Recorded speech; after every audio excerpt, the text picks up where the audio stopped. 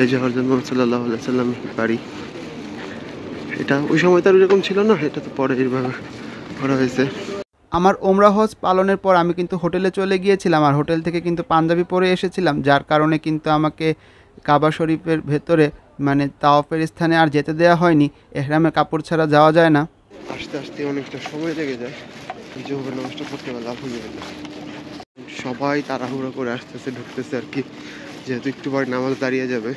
ওই যে দেখেন পাহাড়ের মধ্যে বাড়িঘরগুলো, আর এই যে দেখেন এখানে ছায়া সব কবুতরগুলো বিশ্রাম নিতেছে। অনেক টাওয়ারের ভিতরে ঢুকেছি, প্রচুর মানুষ, অনেক মানুষজন এসেছে। দেখেন দেখতেছে, উঠতেছে, চলেন উপরের দিকে যাই, নিচে অনেক বেশি ভিড়।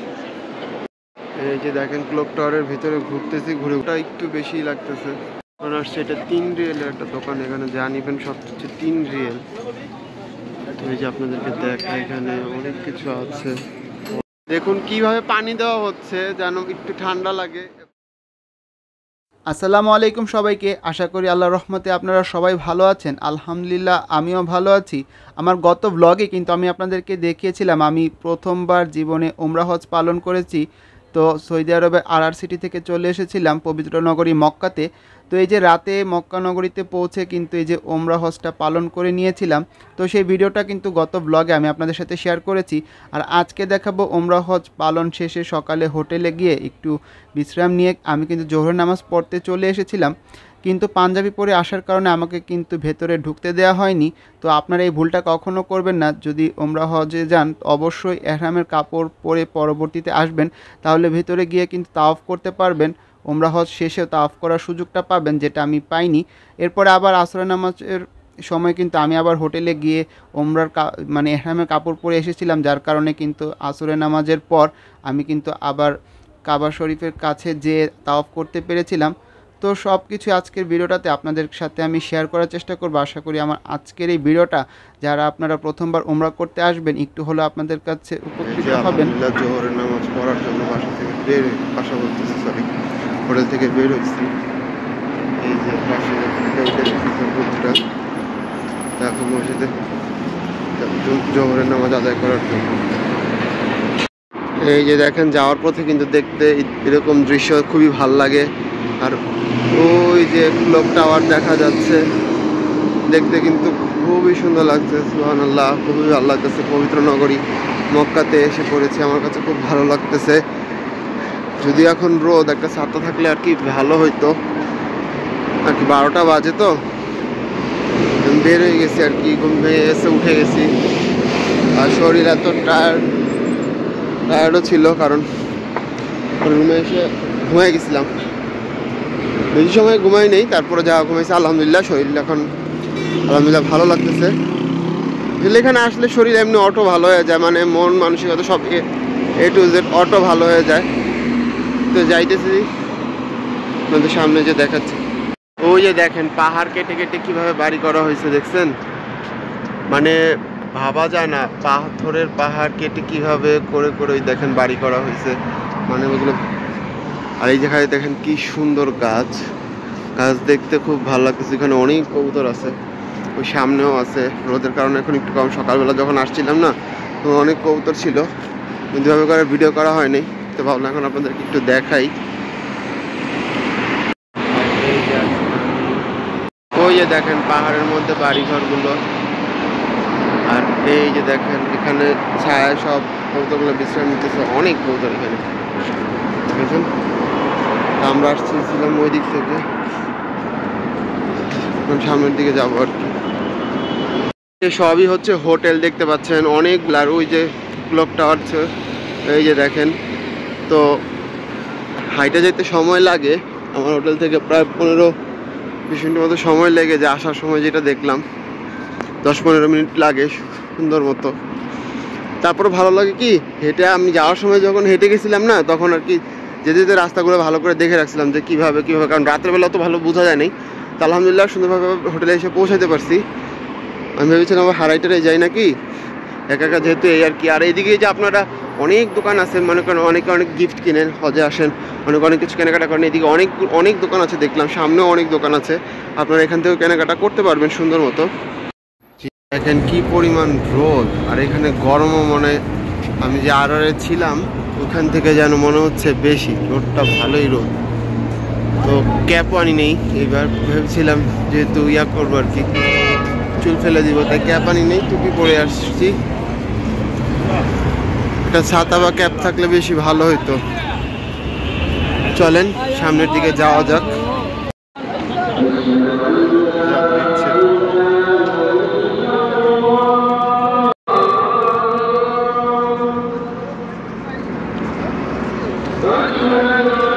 এই যে দেখেন চলে আসছি প্রায়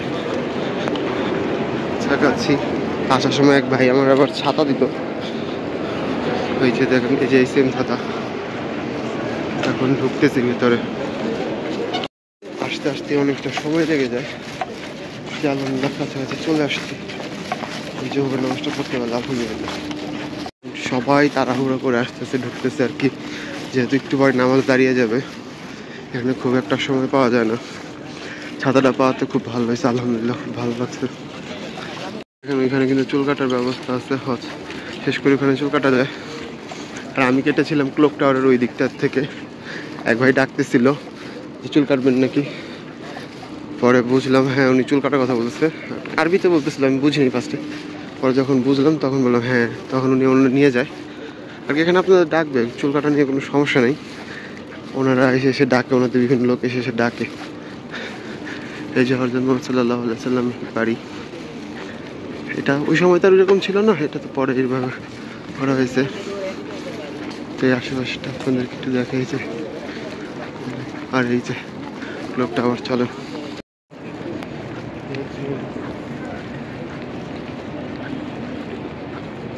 এটা হচ্ছে মেন্স টয়লেট, এই দিকটা থেকে আসতে পাবেন। আমি যে দিকটা থেকেই ঢুকতেছি, আপনাদেরকে একটু দেখিয়ে দিই। আর ওই যে ওইখানে জমজম কূপের পানি আছে, সবাই জমজম কূপের পানি নিতেছে। যে নামাজ দাঁড়িয়ে গেছে, নামাজ দাঁড়িয়ে গেছে, এখন দাঁড়াইতে হবে। তো গরম, এখানে দাঁড়ানোই যাবে না। চলেন ভিতর দিকে যাওয়ার চেষ্টা করি যতটুকু সম্ভব। ওই যে ছায়ার মধ্যে জায়গা পেলাম, তাড়াহুড়া করে দাঁড়ায় গেলাম। এই যে এখন জোহরের নামাজ পড়ে তারপর আপনাদের জন্য এই যে ভিডিও। তো হাজি দেখতেও কি শান্তি লাগে, ভালো লাগে। এই জায়গাটা এমন এক জায়গা, আসলে আপনি শান্তি পাবেনই পাবেন, মানে এরকম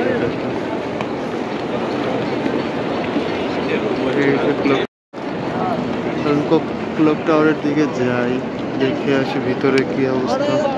নামাজ পড়লাম। এখানে আসলে এত বেশি ভালো লাগা কাজ করে, এটা আসলে বলে বোঝানো কখনোই সম্ভব না। তো চারিপাশে দেখতে পাচ্ছেন শত শত হাজার হাজার হাজিগণ উপস্থিত আছে। তো এই যে এখানে আমিও দেখতে পাচ্ছেন। তো যেহেতু ভেতরে ঢুকতে পারি নাই, তো এখন ক্লক টাওয়ারের এই দিকটাতে চলে এসেছি। আর এই যে ক্লক টাওয়ারের এই দিকটা আমি আপনাদেরকে একটু ভিডিও করে দেখাচ্ছিলাম, আমার কাছে বেশ ভালো লাগছিল। তো এখানেও কিন্তু চাইলে আপনারা এসে উঠতে পারবেন। তো এখানে একটু কিন্তু থাকাটা কিন্তু একটু ভিতরে ঢুকেছি, বেশি আসবে। প্রচুর মানুষ, অনেক মানুষজন এসেছে, দেখেন দেখতেছে, উঠতেছে। চলেন উপরের দিকে যাই, নিচে অনেক বেশি ভিড়। এই যে দেখেন ক্লক টাওয়ারের ভিতরে ঘুরতেছি, ঘুরে ঘুরে দেখতেছি সবকিছু, অনেক দোকানপাট।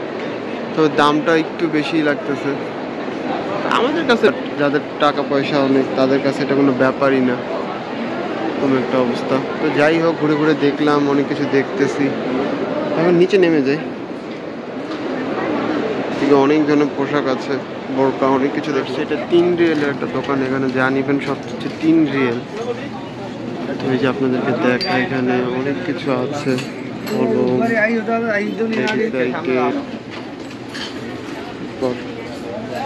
কালার পেন শুরু করে অনেক কিছু, ফুলদানি,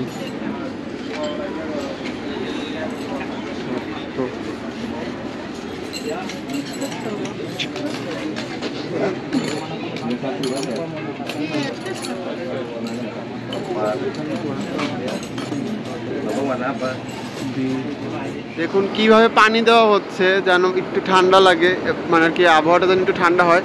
কিন্তু এই জায়গাটা একটু কিন্তু অন্যদিকে দাঁড়ালে প্রচুর গরম। মানে যে ছাতার নিচে আছি তারপরে মনে হইতেছে যেন রোদের মধ্যে মুখ টুক পুরো যাইতেছে, এরকম একটা অবস্থা। তো আমাকে ভিতরে ঢুকতে দিল না, তখন কি করব আর কি, দেখি যাওয়া যায় কিনা।